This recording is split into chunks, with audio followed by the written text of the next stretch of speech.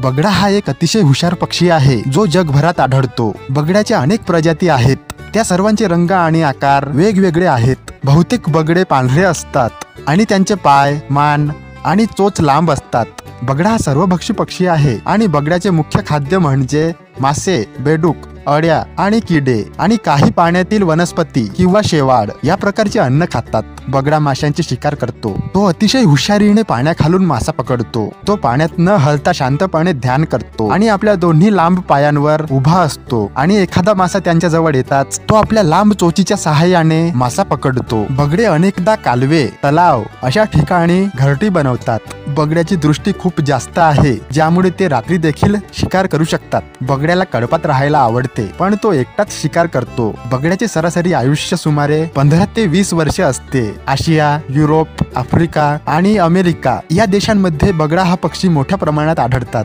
मादी बगडा पक्षी एका वेळी 4 ते 5 अंडी घालते आणि या अंड्यांचा रंग पांढरा असतो। अंडी उबवण्याचे काम नर आणि मादी दोघांचेही असते। नर बगडा आणि मादी बगडा दिसायला जवळजवळ एकसारखे असतात।